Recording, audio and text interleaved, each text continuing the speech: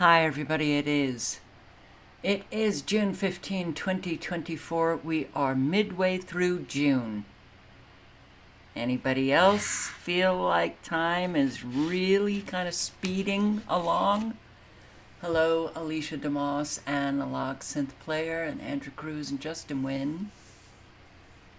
Angelo, Step Down, Donna Davidson, Christopher James, Silent Walk. Hello, everybody. I hope you're doing well.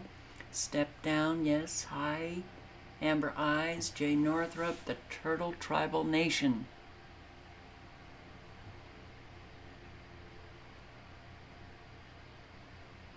Okay, thanks.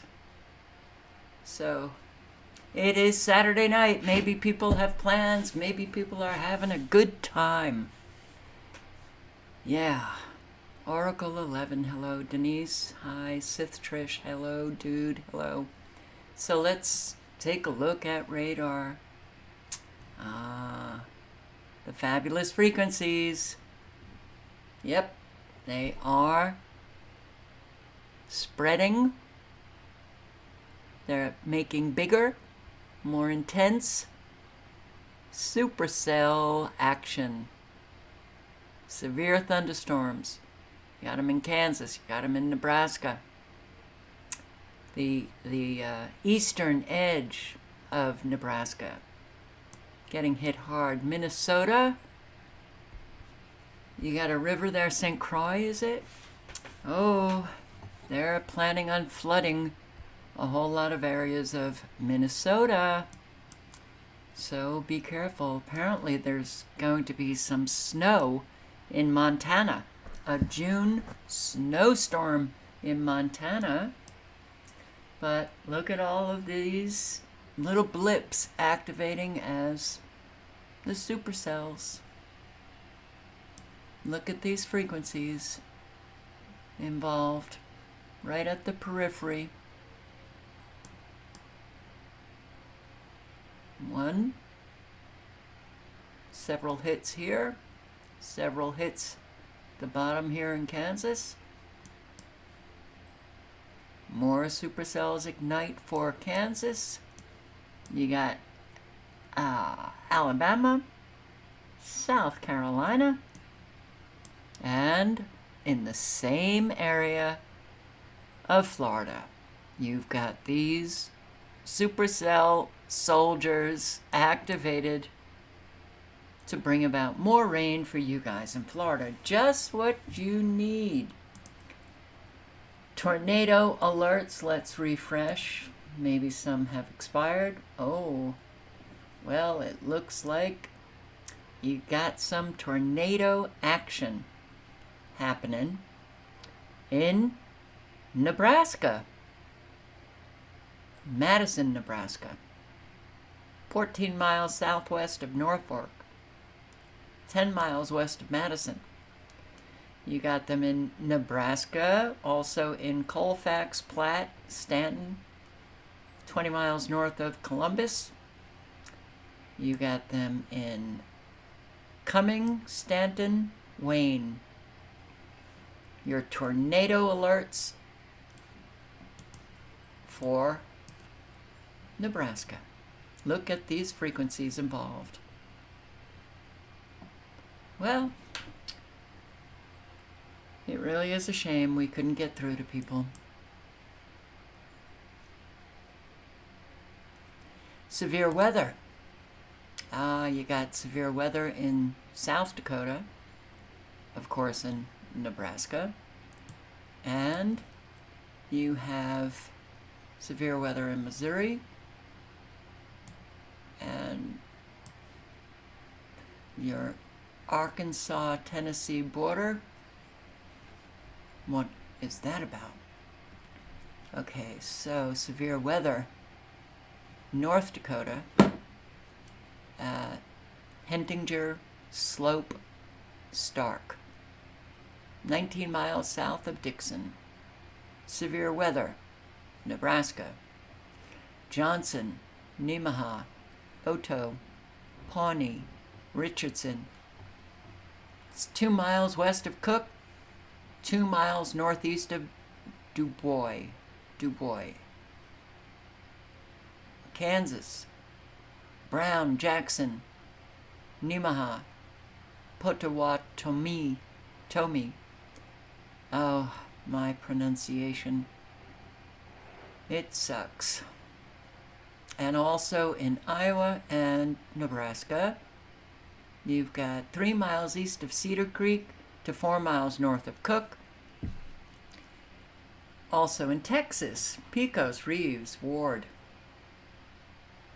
17 miles west of Grand Falls, 24 miles southeast of Pecos. And South Dakota, Hicon, Jackson, Pennington. 3 miles northwest of Wall, 30 miles west of Phillip. And more, but 30 minutes from now. Okay, so you got them in Texas and Nebraska and Montana and Kansas. I will put the link in to this alert site.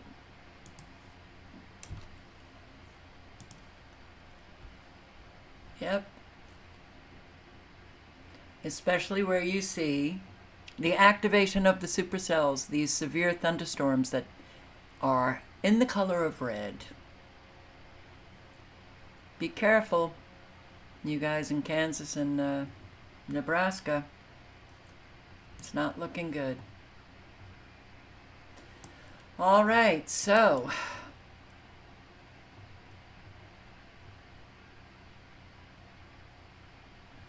Silent Walk, hello. Miss Blanche, hello. Kim Blanchard.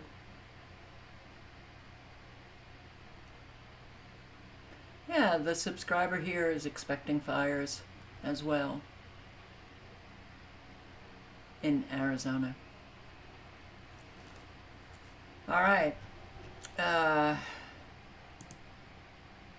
Let's just get to our fabulous storms and fires and cleaning up after storm damage. And this is in, oh man, my memory is really leaving me. Illinois, that's right.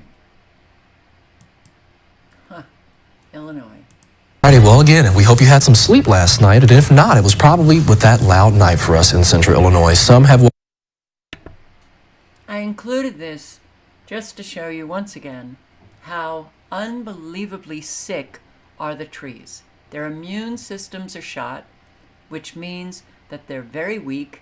The root systems are pretty much gone on these trees, but look at all of the fungal disease. Yes, included in all of the nanoparticulates is fungi.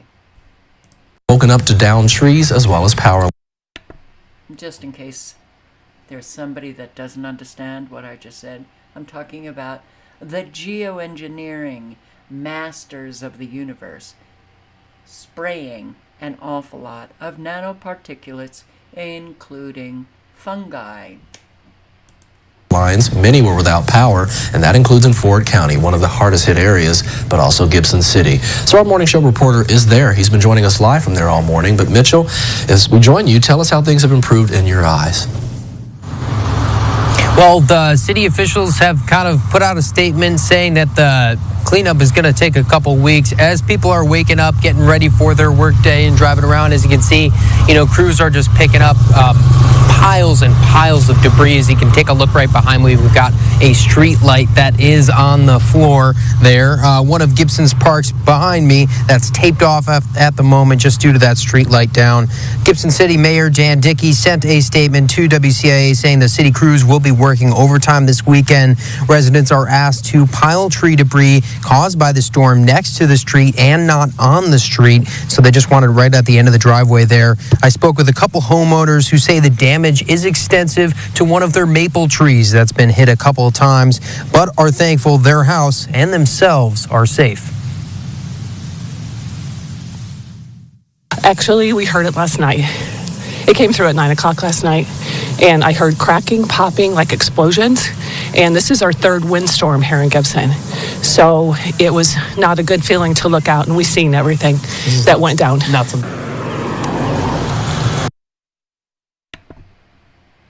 You can tell that the trees are just coated. This should be brown. It's green. And that means that that tree is very weak. The tree behind her as well, very close to this home. Neighbors believe cottonwood seeds helped spread fire to this house, and of course another house got it in Springville. I think this is Missouri. Oh my God. Utah. Wow. Off by just a wee bit. Crap. The tires on the cars were exploding one by one. You could hear them going off. Dramatic video of a fire tearing through a house in Springville. That fire destroyed one home and it damaged another one here. Neighbors tell KSL the flames appear to have spread in the yard thanks in part to a blanket of cottonwood seeds on the ground. News specialist Andrew Adams joins us live from the Springville neighborhood near 1800 South and 300 East.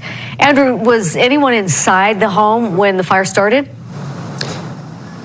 Deanie, the neighbors say people were inside at the time and they're just grateful that the family got out and that nobody was hurt in this. But those flames, they spread very quickly until this side of the home was completely engulfed. And then there was just so much heat that radiated here. The side of his house looked like a disaster. You can see on the eaves the tar is melted, and this whole line up here was on fire. And yet the home next door got it far worse. If the fire department had taken any longer to get here, our house would have been a lot like this. Braden Storrs says his neighbor's surveillance camera captured the flames as they spread across the ground. And within minutes, There they go. there was an inferno. The tires. Within minutes, there was an inferno. It almost reminds me of the nanobot line that I had shown in a video, the fires in California, and others showed, yes, nanobots can bring about fire. Look at this. Camera captured the flames as they spread across the ground. And within minutes, There they go. Within minutes, something else is happening. And Florida is the state for these massive sinkholes. And here we have another one. This week, causing a disruption to the soil and in some cases can cause the earth to give way. Last night in Weeki Wachee, this giant hole forming. You can see that here. It's in a private neighborhood. And actually, there was also work being done on that very street. ABC Action News reporter Lydia Vasquez is in Hernando County for us this evening. And that's a pretty big sinkhole. Take a look at this. Someone who lives in Hernando County sent us drone video showing a massive hole in one community. It's on a private property where we're told a home is being built. I thought it was just a couple days ago that I saw it. So I don't know how long it's been there, but finally the whole community knows about it and everybody's been driving by and it's getting bigger.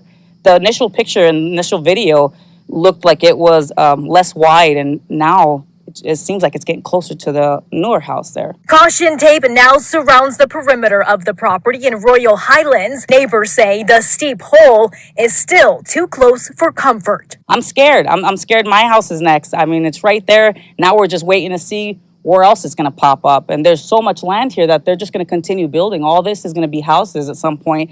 And this is just going to make things worse for the people that live here. Hernando County officials tell us as far as the inspections go, the owner or the company would need to hire a specialized engineering firm to do an inspection. We haven't been able to confirm whether this is technically a sinkhole, but Julie Nunez tells me she's on high alert. I'm scared. Even now, just yesterday, I was researching how we can try to get our house checked to see and make sure there's no movement going on underneath us, because if it's that close, where else is it going to happen?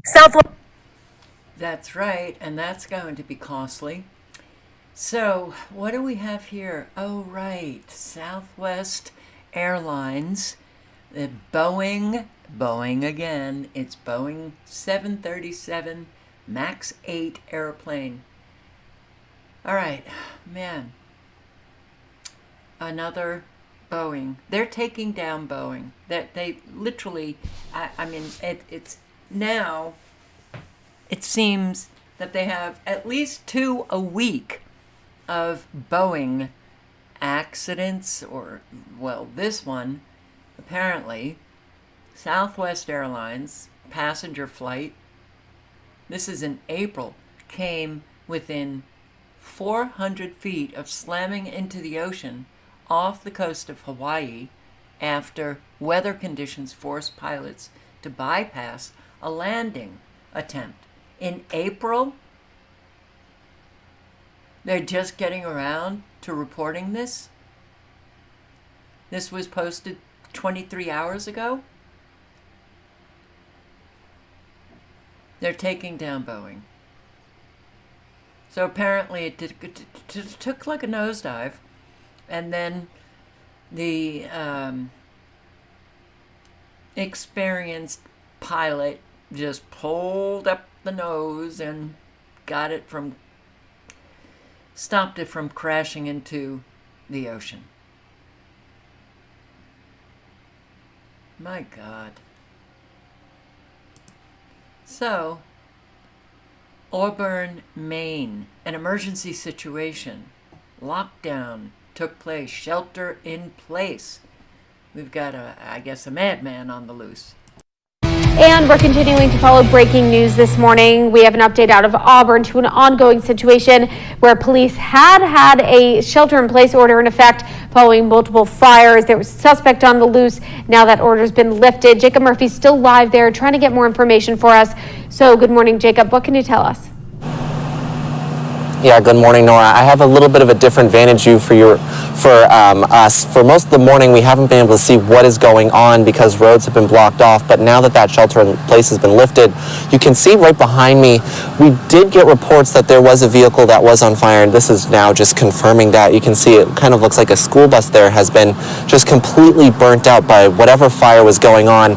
Even further back, you can see one of the houses that was damaged in that fire, which is just a really unfortunate situation for a lot of the residents that were living in that area. Very scary to get that shelter in place this morning and not know, for the most part, what's going on, except that there is an armed suspect. But also the ones who had to be evacuated weren't sure, how their houses were doing. And, now people are returning to their homes to see, what the extent of the damage is. One family I spoke to said they were concerned for their 2 dogs that lived inside the house. So, just really scary situation for these families that live on Russell Ave. Now, we're on Court Street taking a look at it. Police have most of the street blocked off by cruisers as they investigate the situation. We've seen a variety of vehicles. We've seen some armored vehicles coming in and out. So this is a developing situation. We're going to keep talking with some neighbors and try to... Auburn. There's a lot of drugs in Maine. A lot of, from what I hear, Auburn and other little cities in Maine, Farmington, got a lot of crackheads selling crack in Maine. These little tiny quiet states. Not so quiet. Las Vegas woman badly beaten in road rage attack. Over the weekend, the woman involved tells me that she and a man were involved in a minor crash. She never expected the situation to escalate to that level of violence. And as a warning, the video you're about to see may be disturbing to some people at home. Cell phone video captures this shocking moment. A man appears to punch and kick a woman on a Las Vegas street. Traffic continuing to drive by as she gets up and he walks away. But seconds later, the man turns around and seems to hit her again. I would have never expected anything like this. It was terrifying. Sarah Goolsby, the woman in that video. She sits down with me on Friday. Bruises still on her face and body days after the attack. Pictures she snapped on her phone show the extent of her injuries. On my arms, my back, I had a welt, while I was on the ground, and I mean, I've got bruises everywhere. Did you know this man? I had no idea who this man was. Never seen him before in my life. Goolsby tells me the situation started after the two were in a minor crash on Rainbow near Tropicana Sunday evening. Pictures show damage to the front of her car with some paint from the burgundy Honda Accord left behind. He jerked his car into my lane to force me to stop. I could do nothing but slam on my brakes. And then, he made me stop, have to stop. And his car clipped you? Correct. Goolsby expected to exchange information, even getting out of the car as she watched him approach her. He just was enraged and just walked up to the truck, and I have my phone because I've got my insurance card on my Apple Wallet, and he grabs my phone and just punches me. And he's just... So what's going on with Americans? I'm telling you, she never expected it. We have to start expecting this because this is happening all over. Americans have lost it. And you want to hear bullshit? Oh my God. These squatters, fortunately, they're like, well, it's trespassing. It's breaking in entry. How could states have laws that protect squatters? Americans, hello? Anyone home? You hear the knocking? I'm knocking on my skull. Anyone home in there? Holy shit. We have state legislators who are literally rewriting laws, allowing people to break in entry, and then they protect them. Do you think maybe this is purposeful? How to break all this down and the legal issues around this is Dave Ehrenberg, Palm Beach County, Florida state attorney. We just heard one of the squatters say, I didn't break in. That's not a defense. No, that looked like Jesse Pinkman's house in Breaking Bad. Oh my God. You know, after he was addicted to heroin again. So, no, it's not a defense. There are laws that say that if you've been living there openly and paying taxes and perhaps making renovations after a certain period of years, like 7 years, you have legal rights to it. But over and over around the country, we've been doing stories on these homeowners confronting these squatters and they can't get them out. Why is it so hard to get them out? And that's a new phenomenon, that someone passes away or someone goes out of town, you got these squatters, and the laws are not protecting the homeowners. And you have to ask why. Why can't they change the law in New York to make it easier to evict these people and arrest them? You have to ask the legislators. I can tell you, there is no lobbyist for squatters. You know, there's no organization of squatters. So it makes me wonder, as a former state senator, why can't these laws be improved like we did in Florida just last year? Governor DeSantis did sign a law that would change things. It takes effect actually next month. But my question is, it seems to be a cut and dry, you're a prosecutor now, it's a cut and dried case of trespassing, isn't it? Well, it depends on the law. Under some laws, they're so weak that it's not a crime. You have to deal with it in civil court. No, I don't care if it's law. They are breaking in entry. It's even higher than trespassing. They break in and then they claim the house for themselves. Okay. It does not take a rocket scientist to understand that Americans are under siege, that their governments are destroying them. And then you have some governors who take some action. Why did DeSantis say that this comes into effect in a month? Why wouldn't that take effect immediately?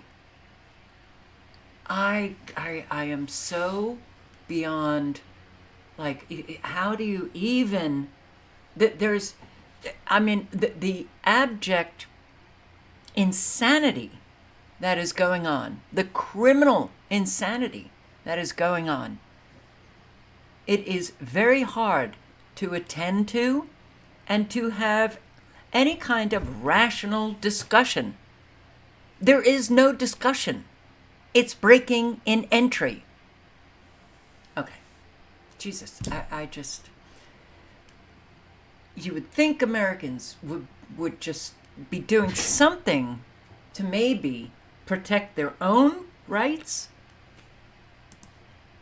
Former CDC director Robert Redfield predicts bird flu pandemic.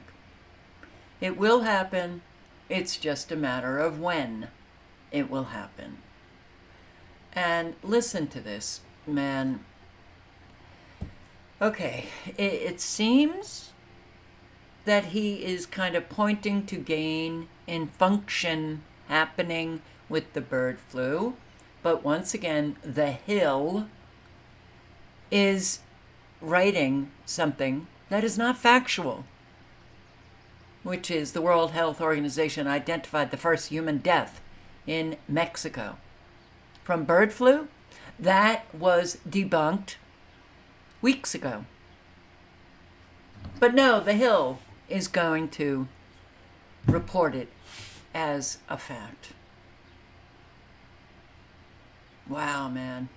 So, Redfield also noted that bird flu has a significant mortality when it enters humans compared to COVID. Redfield predicts the mortality is probably somewhere between 25 and 50% mortality. He also said he knows exactly what has to happen for the virus to get to that point of lethality because he's done lab research on it. Listen to this. Scientists have found that 5 amino acids must change in the key receptor in order for bird flu to gain a propensity to bind to a human receptor and then be able to go human to human like COVID did. Once the virus gains that ability to attach to the human receptor and then go human to human, that's when you're going to have the pandemic. It's just a matter of time. He argued there is greater risk for the disease to be lab grown. I know exactly what amino acids I have to change because in 2012, against my recommendation, the scientists that did these experiments actually published them. So the recipe for how to make bird flu highly infectious for humans is already out there. Well, we seem to, with certain very dangerous things that we just publish how to do it. Well, it wouldn't matter because they would do it anyway, and we know that. The Hill. Jesus. So, Idaho farmland water shutoff coincidence? I came across this last night. Alright, listen up. So y'all might want to put your helmets on for this one. Seatbelt, something. This is crazy stuff, people.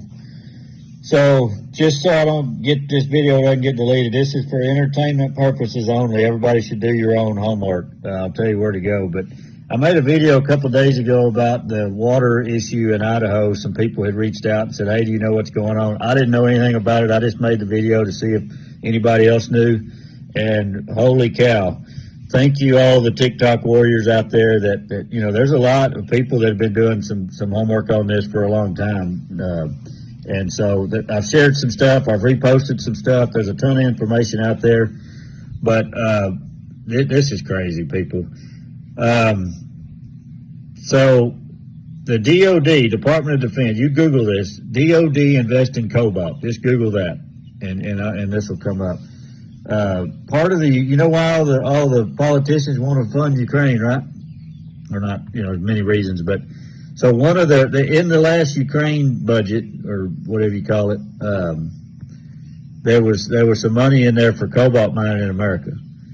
There's over 200 politicians are invested in Jervois on the stock market. 200 politicians have invested in that company. The Department of Defense gave Jervois $15 million out of the Ukraine bill to do this mine in Idaho, and that's not the only one. It's just happening all over the country for cobalt and lithium mining here in America. But it's hidden in a Ukraine bill all the politicians, or 200 of the politicians, are all stockholders in the company that's getting the contract. It's just the biggest damn scam you ever seen, man. I just, they wonder why the conspiracy theories get started, and it's because they just don't tell the truth. I mean, they talk that Ukraine bill got so much news coverage, it wasn't even funny. It's all they talked about for several weeks. Who wasn't going to support it, and you were an absolute moron if you wouldn't support funding Ukraine, right? They make you feel terrible. They wore Ukraine, gear deals and waved the Ukraine flag. We got to support Ukraine. We got to support Ukraine. They make you feel bad, right? If you don't want to support the Ukraine, but on the backside of it, they're this is happening. So they create these conspiracy theories. They make us. We know in our gut something doesn't feel right. So you go do a little bit of homework. You find stuff. I didn't know till today. Another lady shared a video with me. Thank you, ma'am, for doing it. That the DOD is the one that funds all our school lunches for our kids at school. I didn't know that. Maybe there's nothing wrong with that. I don't know, but I didn't know that. You'd think, as old as I am, you would know that. I've had an issue with school taxes and all that for years. I can't believe senior citizens still pay school tax for owning property. It may not be that way in every state, but in Texas, it is. And if you own multiple properties, you pay school tax on every property you own, even if you don't have kids in school. It's crazy to me. But I don't know how the DOD gets involved in school lunches. I got to do a little digging on that. But anyway, thank you for everyone that sent me stuff. I got a ton of knowledge over the last couple of days. There's another video floating around about 6.5 million chickens were put to death in Idaho, real recent because of the bird flu. And it just seems like if there's a land grab, if the plan is, hey, we want to take, 1 million acres of Idaho and dig a big giant, crater in the ground and mine lithium, just put that on the table for the local state level people to vote on. They just don't think we can handle the truth. They create the conspiracy theories, and then they criticize you for believing in conspiracy theories, and they censor stuff on these social media sites because they say it's misinformation. We wouldn't go digging for this stuff if they just tell the truth. It's mind-boggling to me. But just type in Google DOD invest in cobalt, and you'll see what's going on in Idaho and the companies behind it. And then Google that company on who the investors are. Over 200 of them are politicians. Crazy, crazy, crazy world. I'll get you started. Here's a link with the company. Oh, it's too long. Well, it's an easy search. All you have to do is put in a search bar, Department of Defense, mining cobalt and lithium. Department of Defense today announced awards of $6.4 million and $8.3 million to Canadian. Hang on for a sec. Wow, it's on my mind. Okay. To Canadian companies, Fortune Minerals Limited and Lomico Metals.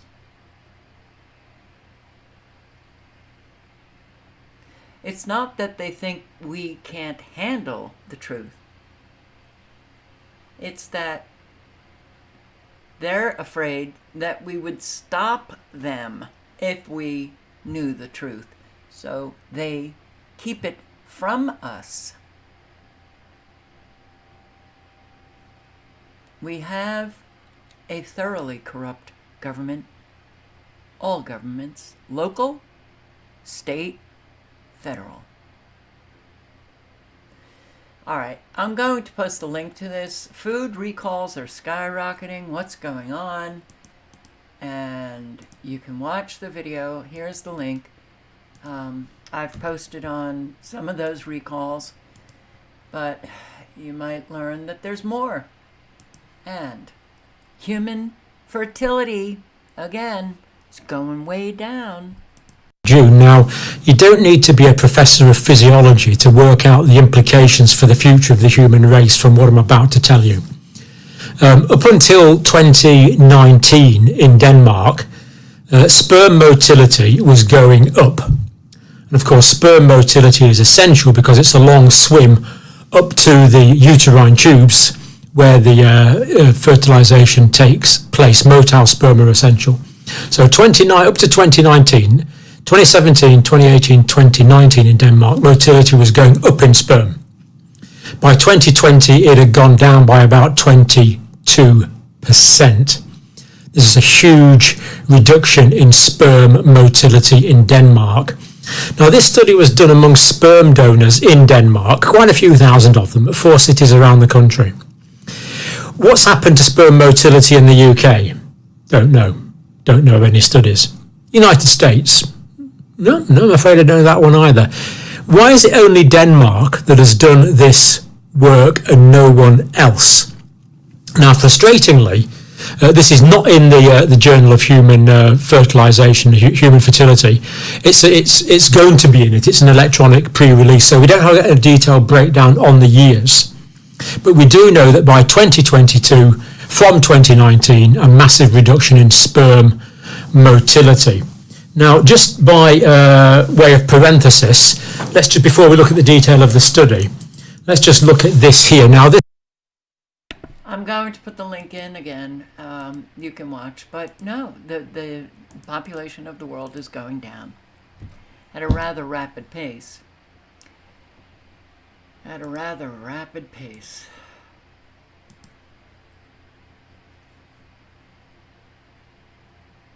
Newborn baby found abandoned near Bear Creek Trail in Katy, close to Houston,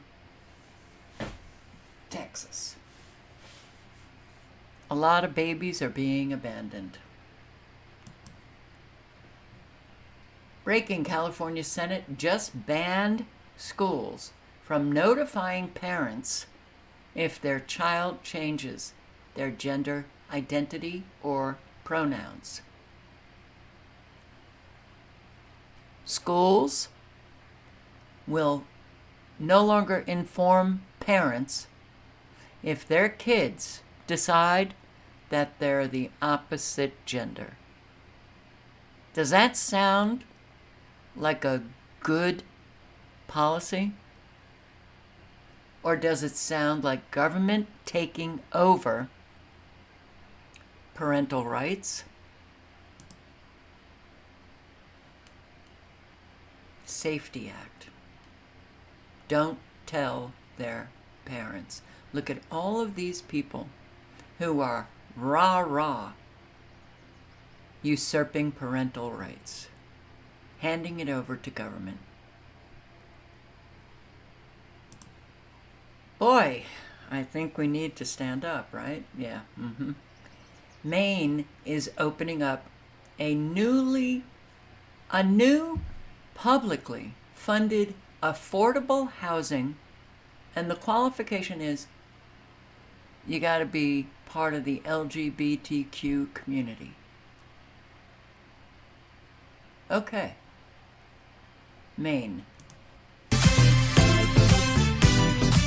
A plan to build Maine's first affordable LGBTQ plus housing development is kicking into high gear. The complex is set to break ground in the matter of months next to the Equality Community Center in downtown Portland. But as News Center Maine's Zach Blanchard reports, it's about so much more than just a building. For a month, actually. For Skip Brushaber, the Equality Community Center is like home. Honesty, love, and safety. His art is on display here for Pride Month. Way for him to share his story, the joy and the pain. It's actually very therapeutic for me. It's very it's a gift. This piece is of his partner Sylvie, a trans woman, an activist, a poet. Ugh, I can't. I'm sorry. For LGBTQ. Wow. I would think a lot of Mainers would be rather upset about this.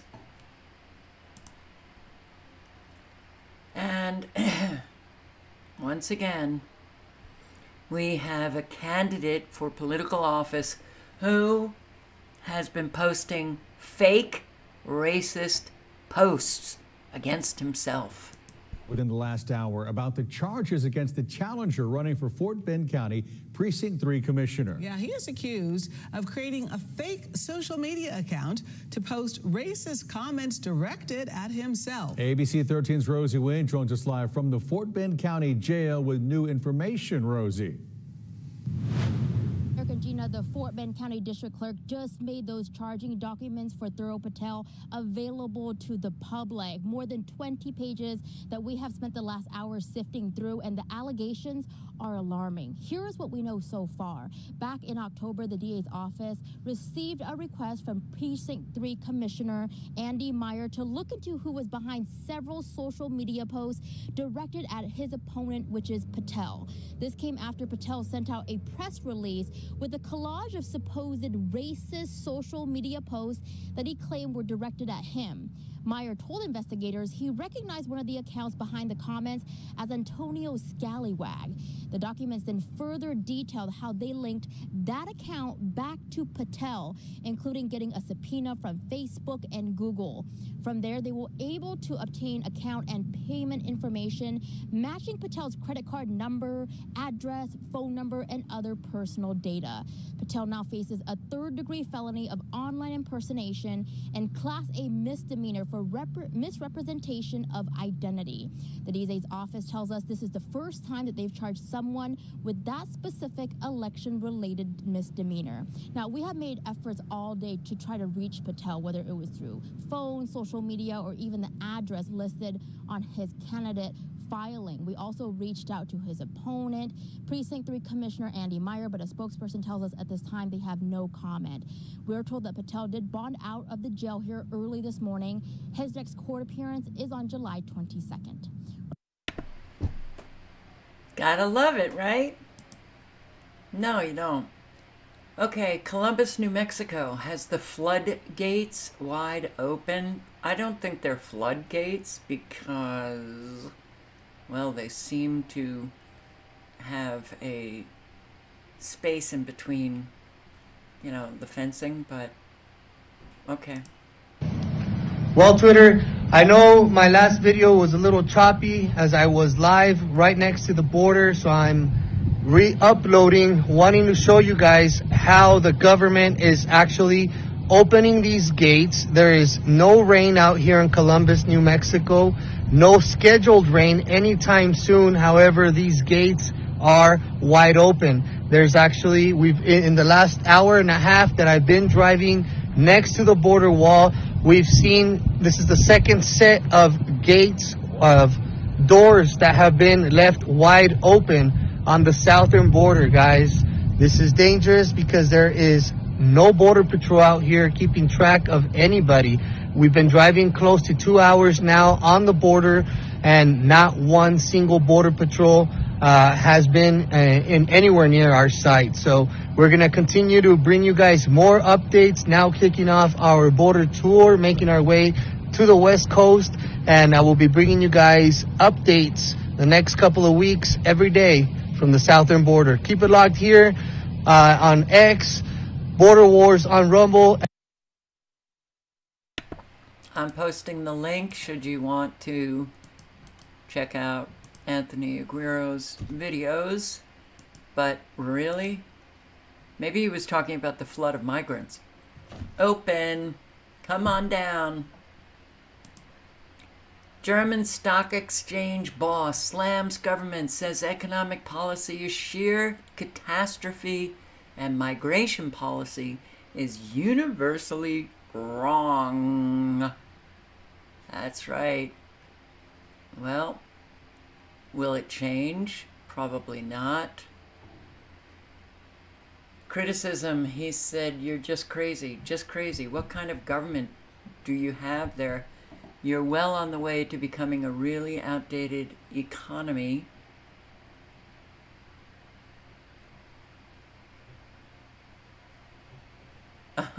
The truth is, international investors say, we only invest in Germany because you're so cheap. We have become a junk store. Wow. Migration policy is completely wrong. Of course it is. But the only people who can stop it are the people. That's it. It's in your hands. And what the hell? Thousands march in France in pre-election protest against far right. It's the far right. You know, like MAGA. They're protesting to keep the doors open and allow migrants to come in. Police said 350,000 people were expected to march, 21,000 officers mobilized, after labor unions, student groups, and rights groups call for rallies to oppose the anti-immigration Eurosceptic party of Le Pen. They want the leftists in there. They want Macron in there. Is somebody behind these protests? Because I have to say, I don't think a lot of French are happy with the migration policy.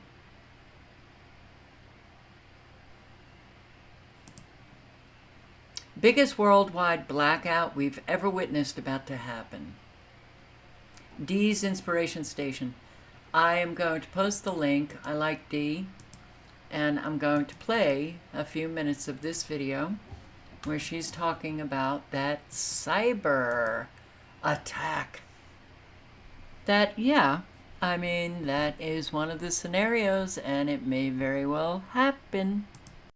So I do believe that a worldwide blackout is coming soon. In my mind, it's not even a matter of if it comes, it's a matter of when. And I do believe that it's important for us to start preparing for this. Now, if you are familiar with the World Economic Forum, you know back in 2019, they made a prediction about COVID-19. And just months later, everything they predicted, all of the tests they were doing, it actually happened. And people were like, whoa, this is not a coincidence, right? That has happened not only with that particular situation, but it has happened with other things as well. So now when you think about the World Economic Forum and they say something, a lot of people are like, they're basically just telling you what's to come. So the World Economic Forum made yet another prediction. And I am going to read just a little bit from this article, just to give you a little bit of an idea. Now, this article was published in January of 2023. I read another similar article by the World Economic Forum in 2022. And I actually was planning to do a video talking about this called Blackout 2025, right? I knew I was 3 years early, but I wanted to talk about that because I did believe that whatever they were going to try to do as far as a cybersecurity attack, that it would happen roughly around the year 2025, give or take. So here's the article that was written by the World Economic Forum. It says, geopolitical instability raises threat of catastrophic cyber attack in next 2 years. All right, and then they go on, they say over 93% of cybersecurity experts and 86% of business leaders believe a far-reaching catastrophic cyber event is likely in the next 2 years. And there is a critical skills gap that is threatening societies and key infrastructure.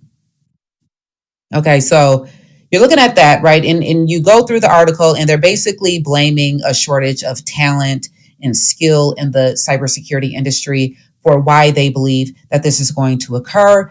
And I'm just going to tell you right now, there's definitely more to it. And they're not going to give you the real reasons why they want this cybersecurity event to happen. Okay, but now, first of all, before I get into that a little bit more, I want to talk about what will happen in the event of a blackout, which is basically what will happen if there is a major cybersecurity attack. So I believe that this article summed it up very nicely, an article by Business Insider, and the article is called Cyber Attacks Are the Newest Frontier of War and Can Strike Harder Than a Natural Disaster. Okay, and it talks about why the U.S. could struggle to cope if it got hit, but this applies to any country. right? And like I said at the beginning of this video, I believe that this is going to be a worldwide phenomenon. So here's what they say will happen, and they paint a picture for you if a cybersecurity attack were to occur. They say, imagine waking up one day and feeling as if a hurricane hit, except everything is still standing. The lights are out. There is no running water. You have no phone signal, no internet, no heating or air conditioning. Food starts rotting in your fridge. Hospitals struggle to save their patients. Trains and planes are stuck. There are none of the collapsed buildings or torn up trees that accompany a hurricane, and no floodwater. But all the same, the world you take for granted has collapsed. This is what it would look like if hackers decided to take your country offline. So they painted this kind of daunting picture of what would happen if everything were to shut down. And make no mistake about it, the powers not only want to shut everything down, but they have already made plans to do so. So when the cybersecurity attack happens, life as we know it will come to a screeching halt. We don't realize how much we need power to function and operate in our daily lives. And not that we actually need it, but how much we use it. So why do the powers want to shut everything down? The fact of the matter is they want to regain control of what people are saying, not only online, but offline.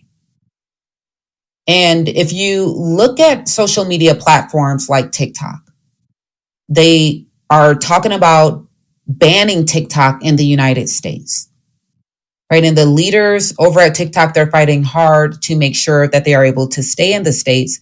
And a lot of people may say, okay, yeah, TikTok can be a little bit toxic for teenagers and really young people, but do you really need to shut it down? And it became very obvious to me after seeing an article. I believe, I'm not sure if it was written by the ADL, but it was written by people who support that organization nonetheless. And what they said was that there is a lot of anti-S going on TikTok, and it's completely out of control, according to them.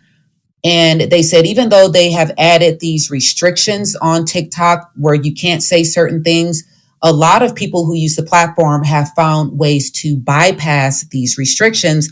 And now anti-S is completely spreading, and they don't like that. So you see that a lot of mainstream platforms, if you say something, and pretty much anything these days is considered to be anti-S, but if you... Well, there's many reasons.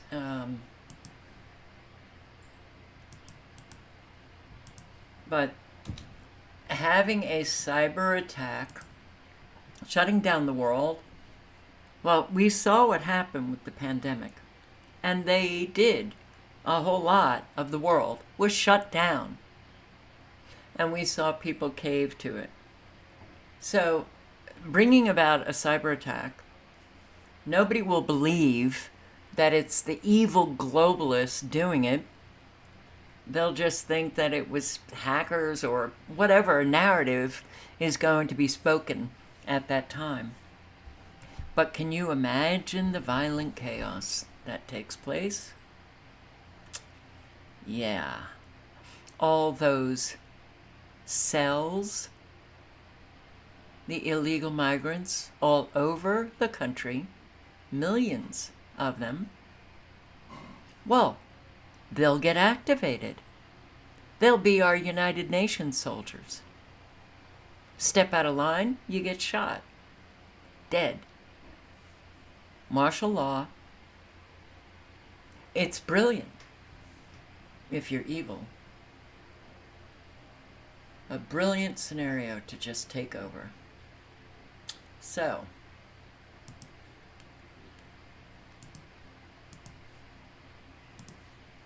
U.S. nuclear attack sub.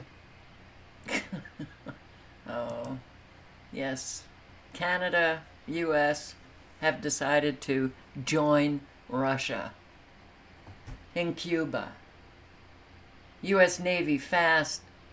They're fast attack submarine has surfaced and arrived in Cuba's Guantanamo Bay just on the heels of a group of Russian warships having arrived in Havana merely the day prior. The American nuclear-powered USS Helena arrived at the U.S. base on Thursday, while a Canadian Navy patrol ship has followed on Friday. It's a routine port visit, says the Pentagon's U.S. Southern Command, while conducting its global maritime security and national defense mission. While both Moscow and Washington have tried to downplay these mirror deployments to Cuban waters, the whole spectacle is reminiscent of the Cold War, the Cuban Missile Crisis. Given it seems clear the U.S. is using the nuclear submarine to signal strongly in response to Russia. Let's flex our muscles. What a world. I can't stand it. Yeah. You're that big? Well, watch us. We're bringing Canada along. We're bigger. We're bigger. You can't fight us. Pentagon wants to feed troops experimental lab-grown meat to reduce CO2 footprint. They're not going to reduce the amount of bombs that are dropped all over the world, but hey, we're going to feed our soldiers lab-grown meat to reduce CO2 footprint.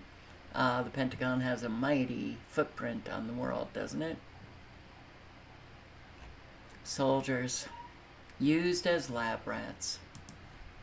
You gotta wonder how it is that people actually sign up. Military draft coming. House passes measure to automatically register men for selective service. Yeah. Ain't that great? It is the National Defense Authorization Act. Oh, wow. A number of controversial amendments are part of it, setting up a further fight with Democrats as it moves forward, including a measure empowering the National Guard to crack down on the southern border. But among the most interesting aspects to the National Defense Authorization Act 2025 fiscal year is an amendment which automatically registers all draft-age male U.S. residents with the Selective Service System. Automatically registered means they're coming for you. I'll throw this in the chat, the link. You can read the National Defense Authorization Act. Armed Services. The executive summary. It's only 29 pages. But what else is included? Women prepare to be drafted, jabbed, sterilized, replaced. Armed Services.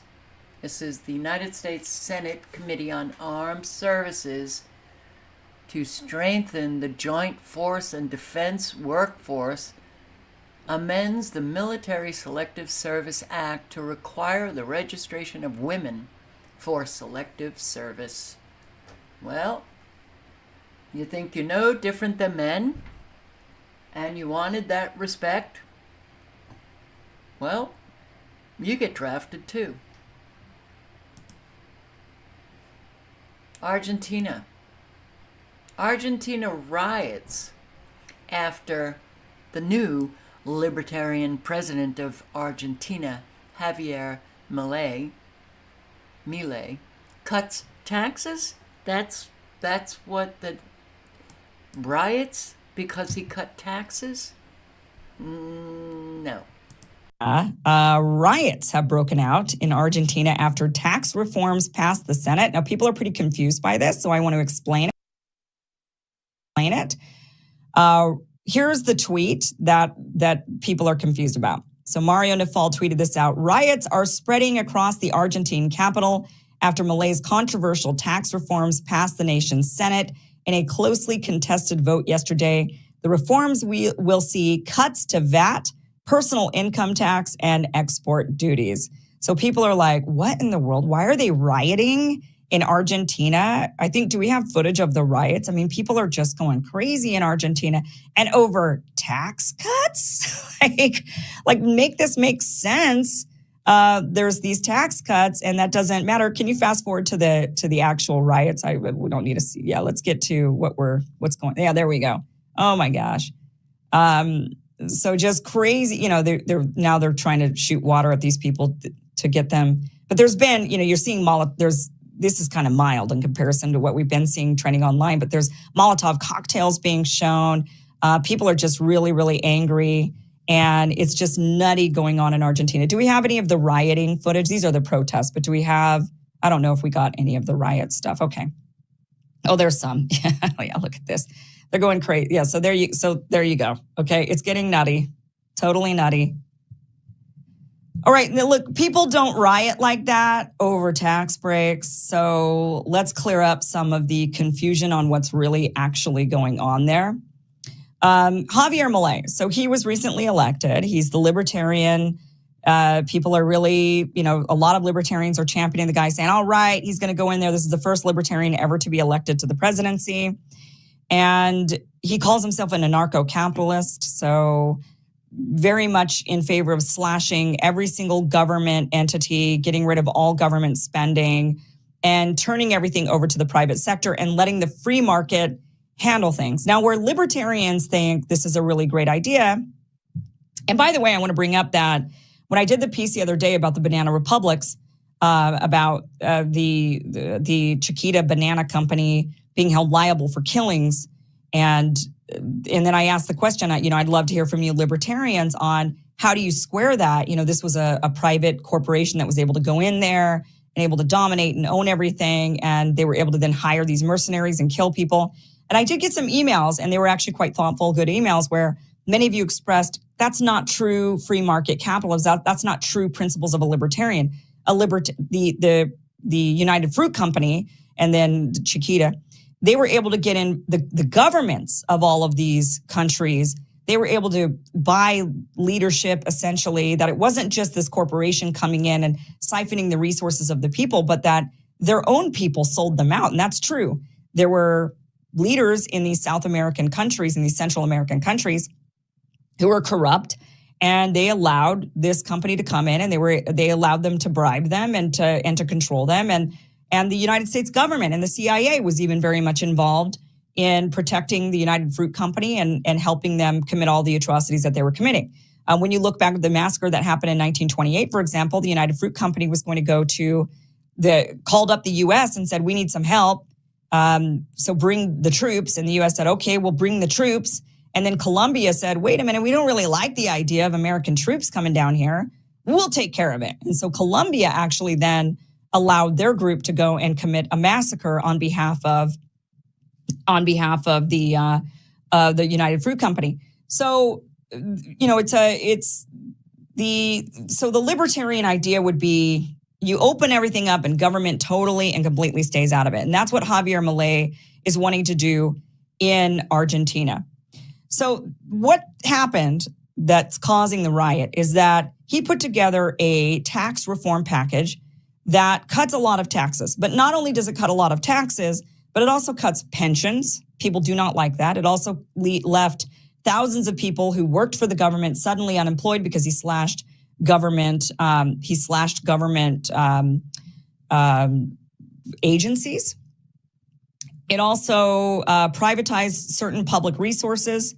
So if anybody is wondering why the country broke out in riots, it's because the people suddenly have found themselves without jobs, without resources, without government subsidies that they were going to be given, with their pensions being cut. So everything was, you know, they're obviously very upset about this. Now, clearly that's, you know, a lot of people will say, especially libertarians and those on the right will say, and I agree that if you give people welfare and then you suddenly take the welfare away, they're not going to be happy about that. They're going to scream and shout and riot. If you were to cut your kids off, you know, we see this like, oh, I'm cutting you off from the allowance. I can't give it to you anymore. You need to grow up and get a job. They're not going to be happy about it. And they're going to be maybe some tantrums that are thrown. So it could be argued that what's happening right now in Argentina is just a giant tantrum from the populace, that this is why you don't want to get your population addicted to government subsidies and welfare programs, because it's unsustainable and eventually you're going to have to pull the plug on them. And when you do, you're going to get riots in the streets. People are not going to be happy about that. And I think that's probably accurate. That's probably accurate. Can you imagine when they pull the plug on Americans? Because most Americans now rely on the government. Who is the biggest employer? The government. All right, so I don't know if any of you saw this Ben Swann report. It is very, very important. I'm going to play an awful lot of this video with Ben Swann, but he brings up even more evidence that yes, the IDF, the Zionist government in Israel, very much allowed October 7th to take place because they had an agenda. And look, the evidence is piling up. It's so obvious that it just smacks you in the face. And I just, where are the people that have a brain and are not so brainwashed by the propaganda that they refuse to listen to facts and evidence? Swann has put together this video. I want to show you a little bit of it right now, and then we'll bring Ben in. 7 months ago, on October 7th, we all do the same thing. You see how this jumps? What the hell? Okay, let's do that again. Sorry, guys.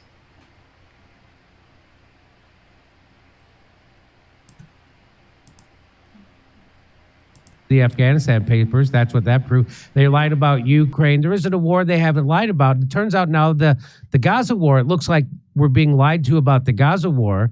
Ben Swann has put together this video. I want to show you a little bit of it right now, and then we'll bring Ben in. 7 months ago, on October 7th, Hamas was able to carry out its shocking terror attack against Israel, despite Israel's intelligence, military, and security apparatus, commonly considered to be the best in the world. Bearing in mind Israel's incredibly sophisticated and capable defenses and brigades of trained IDF soldiers stationed near the Gaza border, the scale and the operational success of the Al-Aqsa flood attack surprised even Hamas. Hamas representative Ali Baraka explained to the Washington Post the ease with which Israel's entire security apparatus disintegrated, saying, quote, "We were expecting to get a smaller number of hostages and return to Gaza, but the Israeli army collapsed in front of us. What were we to do?" Well, in response to the Al-Aqsa flood attack, the Israeli military's retaliatory efforts, codenamed Operation Swords of Iron, has resulted in the deaths of over 100 journalists, 190 United Nations staff, 34,000 Palestinians, including 13,000 children, displaced nearly the entire Gaza population of 2 million people, and cost the United States almost $50 billion. So how did October 7th happen? Well, almost everyone in mainstream media was quick to call it an intelligence failure. The Guardian told its readers on the afternoon of October 7th that Hamas's murderous attack will be remembered as an Israeli intelligence failure for the ages. While the attack was still ongoing, on October 7th, Politico quoted Israel's former deputy national security advisor saying, quote, "It's a failure in terms of intelligence, operationally. It's clear that we were caught totally unprepared by this." And on October 8th, Jonathan Panikoff, former deputy national intelligence officer on the Middle East, who's now at the Atlantic Council think tank, firmly educated the public that, quote, "This was an intelligence failure. It could not be otherwise." Chagrin. In fact, Israeli Prime Minister Benjamin Netanyahu quickly tweeted, then deleted a statement saying that he had absolutely no prior knowledge of this coming attack, saying, quote, "Under no circumstances and at no stage was Prime Minister Netanyahu warned of war intentions on the part of Hamas." The tweet said that before it was promptly deleted. Why did Netanyahu's team delete that tweet? Did he, in fact, have intelligence that there would be an attack by Hamas? Well, the evidence seems to point to only one answer. Yes. Foreign security services, Israeli security services, and the Israeli public all knew that Hamas was planning a violent cross-border incursion where they would attempt to overrun and attack the kibbutz communities in southern Israel, and then take prisoners back to Gaza. And they also knew when. But it happened anyway. 10 days before the attack, and then again 3 days before the attack, Egypt's intelligence officials actually sent repeated warnings to the highest levels of the Israeli government. In one of those warnings, Egypt's premier intelligence minister, General Abbas Kamel, personally called Netanyahu and warned him that Hamas was about to do, quote, "something unusual, a terrible operation." Unnamed Egyptian officials told Ynet News that they were shocked by Netanyahu's indifference to the news. But Israel didn't have to trust or believe Egypt, because actually, most of the warnings of the October 7th attack came from Israeli civilians and the Israeli military itself. The civilians and soldiers who brought these emergency warnings to the military were ignored, and in some cases, strangely enough, threatened with legal action. So let's go all the way back to 2022 and then work our way forward to the days before the October 7th attacks. So let me bring in Ben Swann. He's a two-time Emmy-winning journalist who has worked for various TV stations, including KDBC El Paso, KFOX in El Paso, KTSM in El Paso, WIX in Newport, Kentucky, Cincinnati, and RT America. He's also a political commentator and founder of the Truth in Media Project, a web series that focuses on investigative reporting and alternative news. Please welcome to the show, Ben Swann. Hey, Ben, how are you? Jimmy, I'm great. Thanks for having me on. So were you shocked as I was to learn that, wow, the Israeli army just kind of crumbled right in front of a bunch of guys in hang gliders and Adidas sweats? And yeah, I think it was shocking, yeah. And that also Benjamin Netanyahu, they did have advance warning of what was happening. Isn't that weird? Yeah, it's not just weird, right? When you start to see the weird part, right, which you alluded to, when you hear about this story back in October and November, it's like, how did guys come across in paragliders? Like, is this real? This really happened? They flew across the border in these very like primitive makeshift setups. They were able to come across and yeah, exactly. It was like completely wild in the way they're coming in, and they overwhelmed Israeli defense forces. Again, as we pointed out, the best in the world. How do you manage to pull this off? And then when you start to look into the story, and what was surprising, it wasn't just, and you've played a lot of it so far, I hope you'll play more. Yes. It wasn't just what happened, right, leading up to October 7th, just before. Israel knew 2 years before. They had the blueprints because of spies in Gaza. They studied them. They knew exactly what was going to happen. They knew how it was going to happen. And Hamas followed those blueprints, by the way, to the letter. It was exactly what they had said they were going to do. And so the thing that it's, I guess I should just expect it now that this has to be reported by people like you and places like this or the Gray Zone. It's never going to be reported on ABC or MSNBC or even Fox or CNN. They just go along with this was, again, what you just showed. Oh, no, it was an intelligence fail. We didn't know. Oh, we got caught with our pants down. Chagrin. Well, not since the last BB's working both times. We had RFC's working and then he's That's working right. Every time there's... This guy's always working his shift. Every time there's a 9/11 type thing happen, BB seems to be in power. So let's go on. I'm going to show a little bit more of this, and we'll come back and get you to comment on it. Here we go. Hamas followed its own blueprints that Israel already had in its possession with shocking precision. So Israel literally had the attack blueprints, but were they taken seriously by the IDF? Again, yes. The plans were diligently studied. In fact, a presentation on the planned attack was given to senior officers in the IDF's Gaza division. The presentation concluded with this sentence, quote, "This invasion constitutes the gravest threat that IDF forces are facing in the defense of Israel." So in response to all of this, did Israel's intelligence apparatus actually enhance or beef up their surveillance of the Hamas militants along the Gaza border? Well, actually, not only is the answer no, but stunningly, they did the exact opposite. They decided to entirely stop monitoring Hamas's handheld radio traffic because they saw it as a waste of effort. Even though during that same time, in 2022, Israelis living in the kibbutz communities near the Gaza border, most of whom have some type of military training because of Israel's mandatory IDF service laws, they were, according to Israeli media, picking up clear evidence that Hamas was practicing the breaching of the fence and conquering kibbutzim and seizing hostages and destroying everything in their path. Then in April of 2023, again, this is still 6 months before the attack, the IDF, according to Israeli media, actually did something even more surprising. They restricted the ability of Israeli citizens living along the border to monitor Hamas's wireless traffic. In September of 2023, that's less than a month before the attack, the head of the IDF's Devil's Advocate intelligence unit, which challenges prevailing narratives within Israel's military, twice alerted senior decision makers in both the army and the political spheres about Hamas's plans for a large-scale cross-border military operation. He reiterated those warnings in person at intelligence branch strategic assessment sessions on September 26th and September 27th. This is just days before the attack.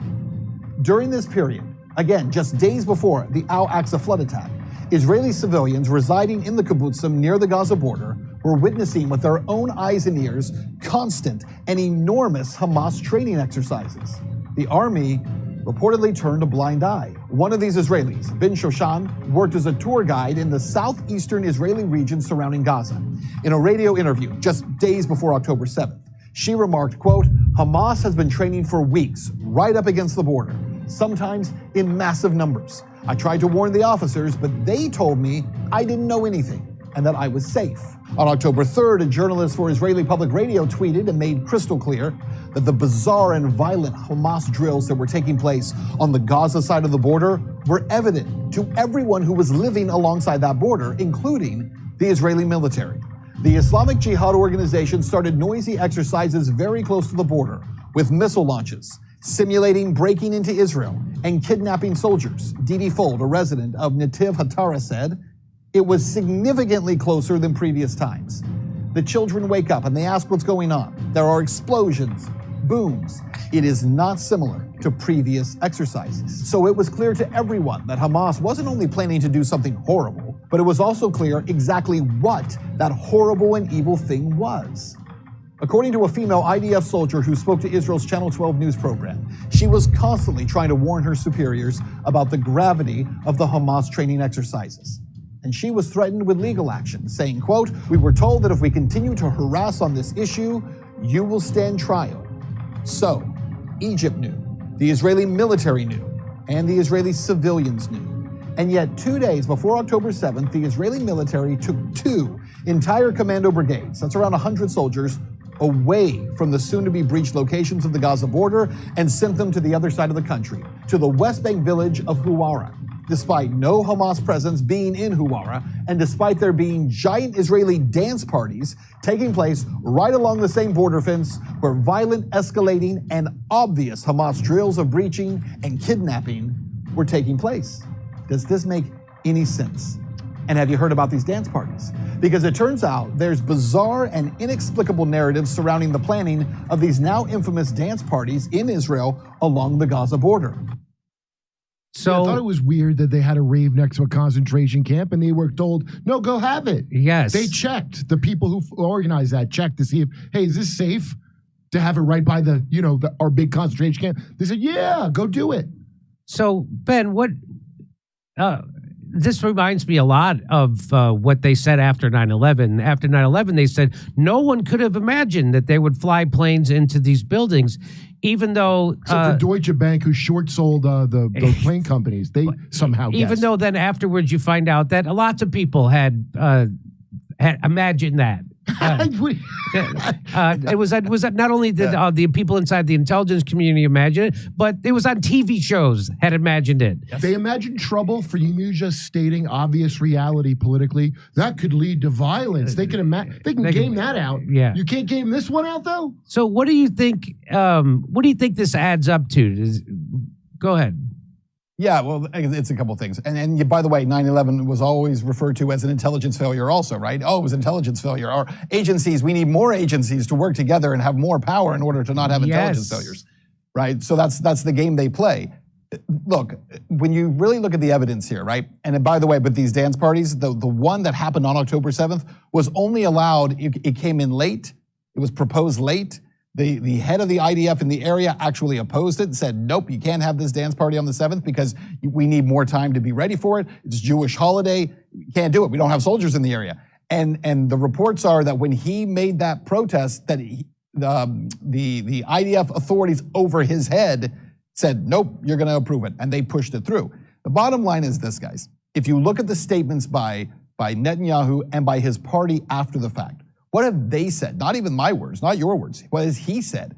Netanyahu has said there was not political appetite in Israel to go into Gaza and to root out Hamas. And he says we did not have that until October 7th. It gave us the political will from the people, not only in Israel, but in the international community, from the US, others who would have said, no, you can't just go in there, right? Now, all of a sudden, you can, right? Because this horrible attack that no one could have ever predicted. And the fact is, not only could they have predicted it, they absolutely knew it was happening. They watched it happening, it looks like in real time, and they stepped away and said, let it happen. They allowed this to happen.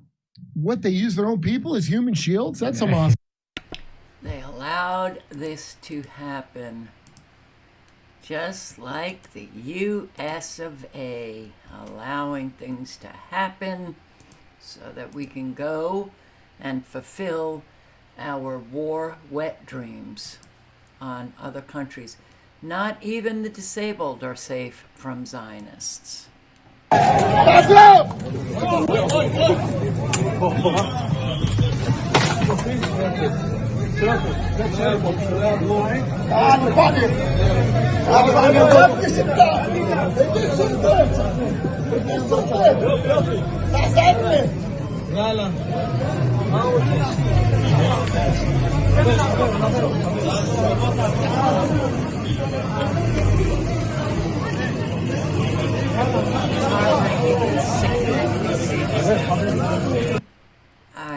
I don't get it. Israel has dropped almost 75,000 bombs and shells on Gaza in 200 days, 20 times more than the United States aimed at Iraq in 6 years of war.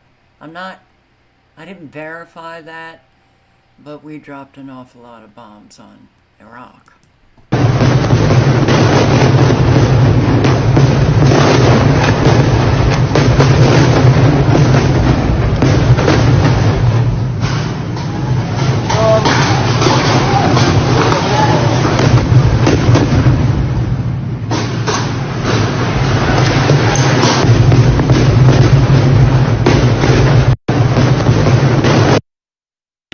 Not a fun life.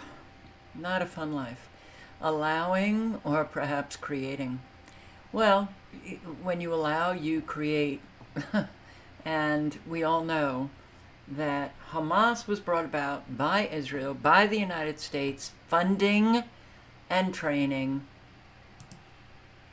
And here, apparently there were soldiers killed in southern Gaza in the deadliest attack on Israeli forces in months. I'm sorry to say this, but cry me a river? No. Okay, you brought it about yourself, right? Right.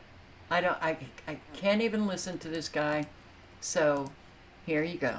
But he has been invited to speak at Congress. Oh, isn't that fabulous? We're so involved. It's not complicit, it's direct involvement. And this is what we're involved in. You know, the most moral army in the world, the IDF, they act like psychopathic teenagers.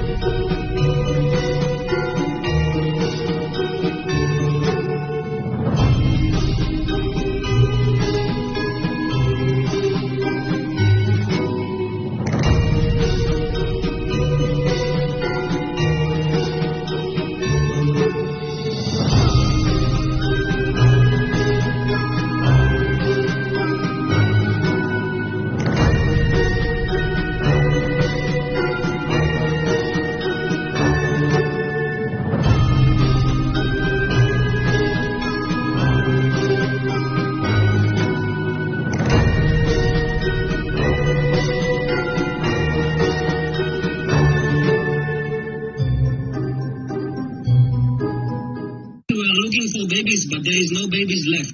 What babies? Say that again. Maybe I killed a girl, she was 12, but I'm looking for a baby.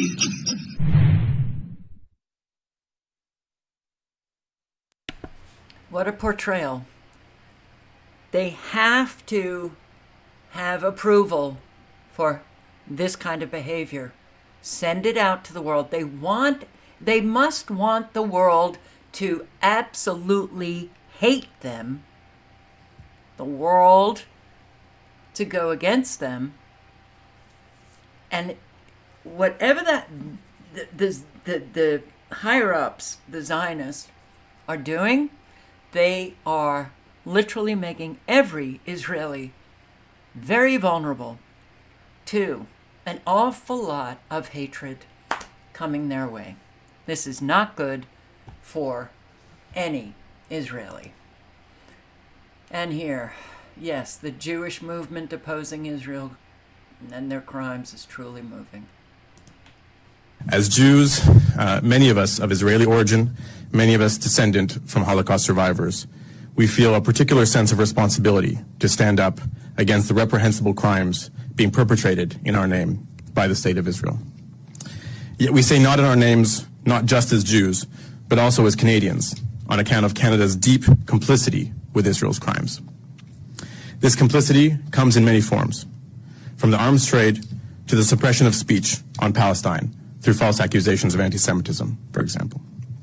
It also comes through taxpayer-subsidized charitable donations to Israeli organizations, several of whom are directly and deeply implicated in Israeli war crimes. Through one organization, just one of these, Mizrahi Canada, Canadians can donate to radical settler group Women in Green, which has an ongoing fundraising campaign entitled Demolish, Enter, Remain in Gaza. They can donate to Im Tafsu, which publicly brags about participating in blockading aid trucks getting into Gaza, which could be Canadian aid as well. You can go to their website and you can click, donate in charitable funds, and it'll take you to this Mizrahi Canada website to donate. They can donate to an undercover IDF unit known for assassinating Palestinians, the Duvdevan unit. They can even donate directly to the illegal West Bank settlement of Israeli Finance Minister Bezalel Smotrich, as another example. And you can get tax breaks for doing that, subsidized by the rest of us, including Palestinian Canadians. Let that sink in a little bit. It's now been 2 months since IJV, along with Miles Howe, who you hear from in a minute, and Just Peace Advocates, sent a public letter to the Minister of National Revenue, Marie-Claude Bibeau.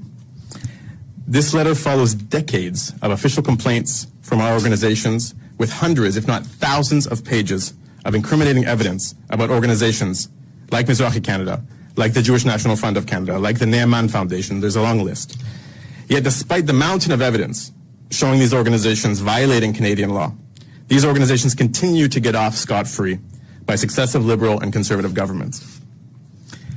This is not just a few bad apples. This is a systemic issue that requires systemic solutions to make sure that, as MP Ashton rightly stated, not 1 cent of Canadian tax dollars goes to funding genocide. Right? Right? I will post a link to this very good interview with Professor Mearsheimer. I'm sure I've mispronounced that. With Katie Halper. Israel is guilty of genocide and has Jim Crow values. So you've heard our politicians claim that we have the same values as Israelis. Do we? Who the hell are these people to speak for Americans? But they do. And until Americans start screaming, they'll continue to do it. And yeah, here. That wasn't the one I wanted to show because I'm going to end this soon. Pro-Palestinian protesters are really anarchists. I guess nobody knows the real meaning of anarchy or anarchists. And terrorists. Wow. Okay, they're terrorists. Joining us now is Allison Esposito. Congressman Gallego voted to give $1 billion in COVID money straight to convicts. Gallego backs cashless bail, put criminals back on the streets immediately. If you care about safety and care about law enforcement, you have to vote no on Gallego.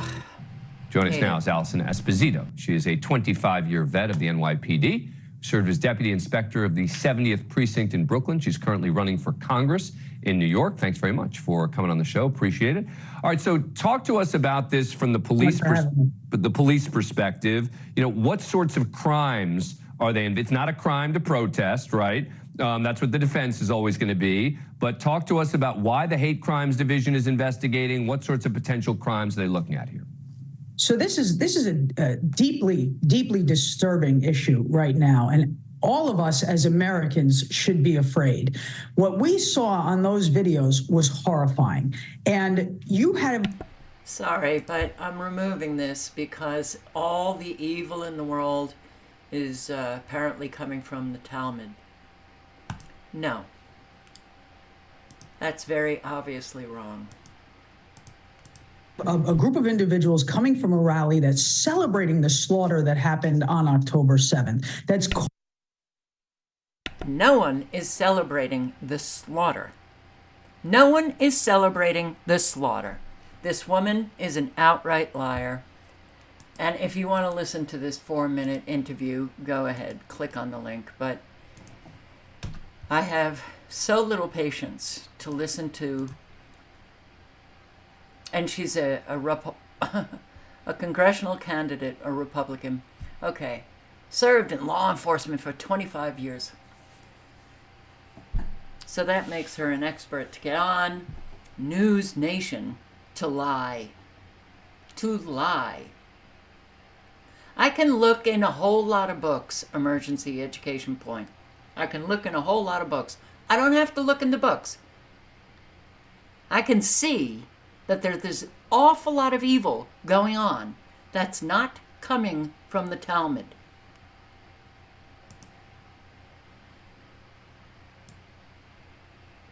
Zionist screams, "We own you." My God. Okay, so it's just horror after horror shot dead in front of James Elder's eyes, you know. But look, you know, yeah, the evil of the... What do you think we've been doing all over the world? What do you think we have been doing all over the world? You think we're any better than the IDF? Look at what happened in Iraq. Look at the very few pictures that came out of Abu Ghraib. No, We are no better. We are no better.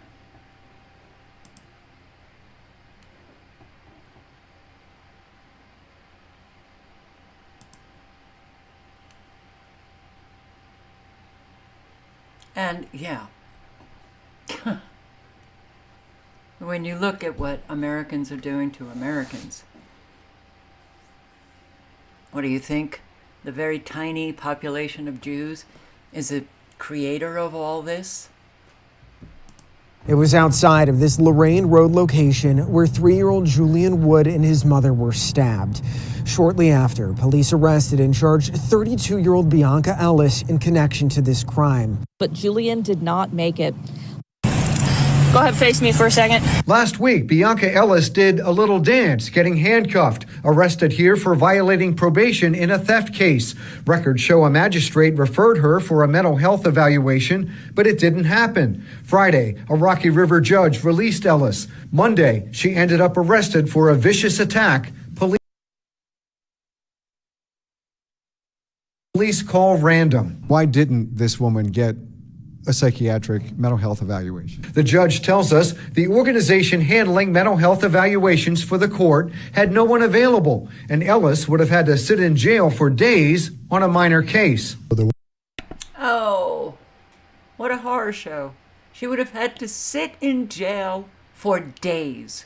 You think about all of the innocent people who have sat in jail. Well, look at what's happening with the January 6 terrorists, the insurrectionists. What bullshit. Yeah, but no, I couldn't let her sit in jail for days. My God. There wasn't any, as you would say, that red flag shooting up that pole. There wasn't any indications here. No sign of any mental distress. No. Then why was she recommended to get a psychiatric evaluation? What was the purpose of that? There's no indication? My God, what are we doing here? No sign of any previous violent acts. What would you do differently handling this case or even next time? Nothing. I'm confident in the way that the court handled this matter. We spoke to the mother of Bianca Ellis. What do you think actually happened at that moment last week in this case? I think she was hallucinating. Bianca has been on several medications that did not work out for her. The hallucinations and the voices just got the best of her. My condolences to this family. When I found this out, I was so devastated because no child should lose their life. She was around my grandchildren. It could have been one of my grandkids. So she stabs to death a 3-year-old. But that judge says he would do nothing differently. This is how sick and warped Americans are.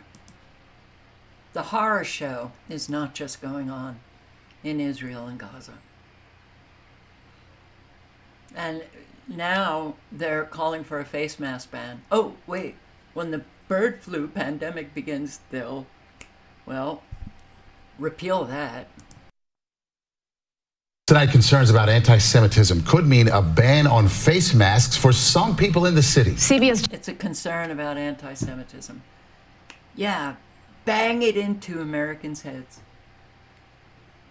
Those protesters, we have to see their face. Are they going to ban masks for Antifa, for Black Lives Matter, for those kinds of protests? Probably not. They'll ban masks for the protesters that are protesting for a ceasefire to stop the genocide, stop killing children. Right? So crazy. Oh, and Claire Daly. Can't believe she lost her election in the European Union.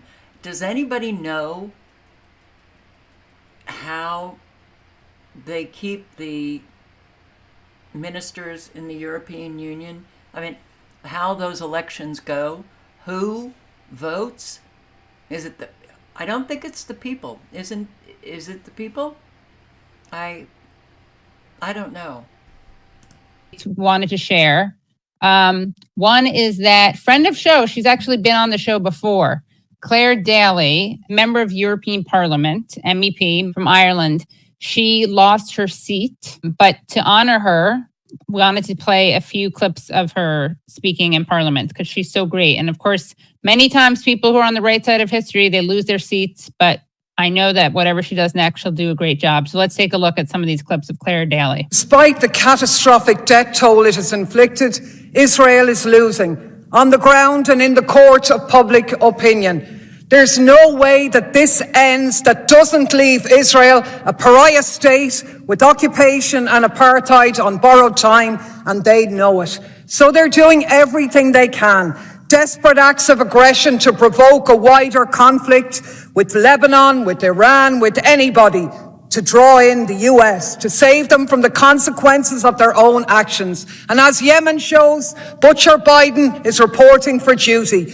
With Europe's proud genocide by his side, they are the ones who have enabled the continuation of Israeli terror. Without them, it would already be over. So take note, Butcher Biden. The ancestors of the Ireland that you claim to be from disown you. Keep our country out of your mouth. And as for von der Leyen and genocidal Germany, with your words and deeds supporting Israel in the ICJ, not in our name. The people of Europe stand with Palestine and with South Africa.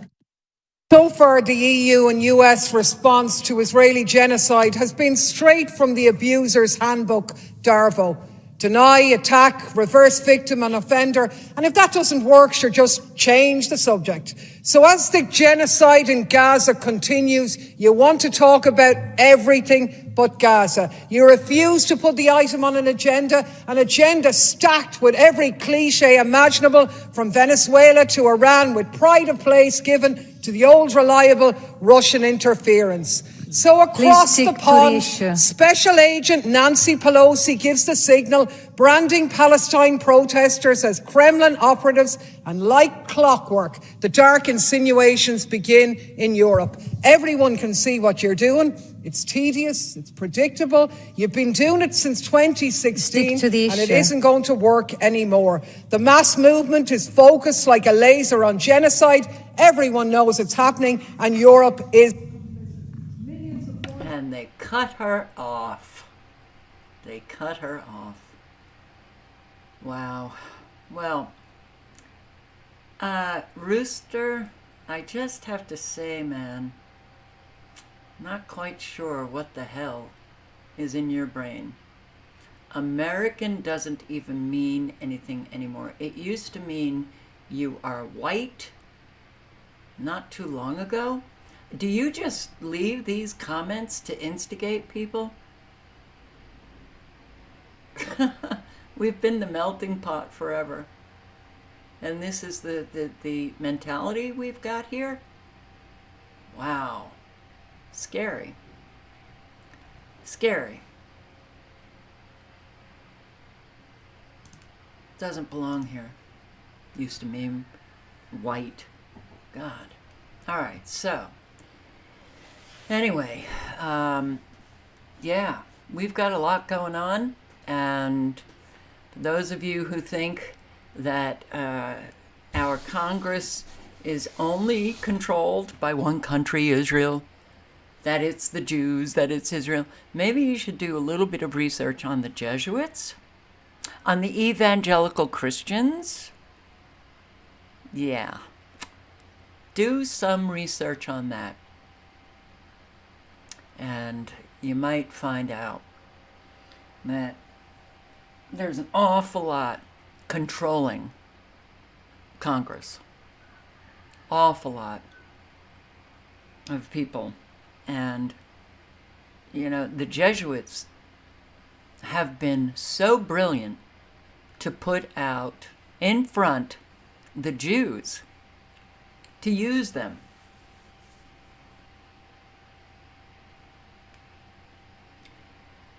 And I'm not saying that the Zionists are not controlling people. I am not saying that the Zionists don't have an awful lot of power in Congress. I'm saying they are not the only ones. The evangelical Christians, a lot of people think AIPAC is the controlling lobby.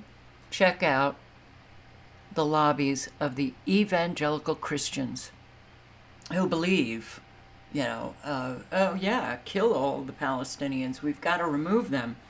And whatever it is that they believe, their interpretation of the Bible, yeah, this is what God wants. This is what's going to return Jesus. Whoa, man. Okay, that's not a place I can even go. Yeah, the Jesuit oath. Look it up. Evil as evil gets. So, yes, and then the Swiss octagon. There are so many sick, just evil groups.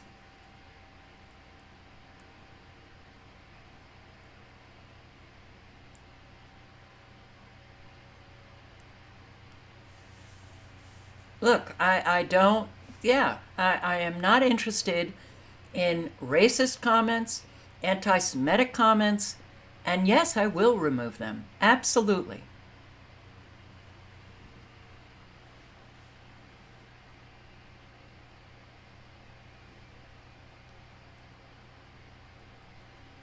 You think it's the truth, Rooster. You're so far gone.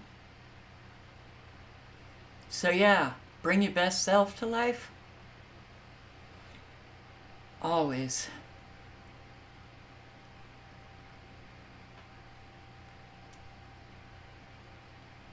Always. And thanks for showing up. I hope to see you tomorrow night. Be safe out there. Wow. All right, so we still have our supercell action. Nebraska heading into Iowa. Kansas is not looking good.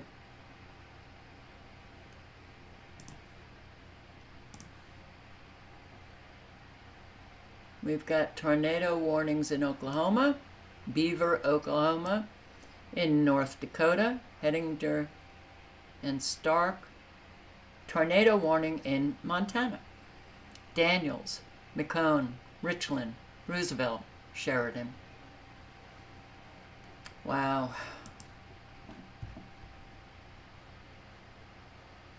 There they go. There go the supercell soldiers.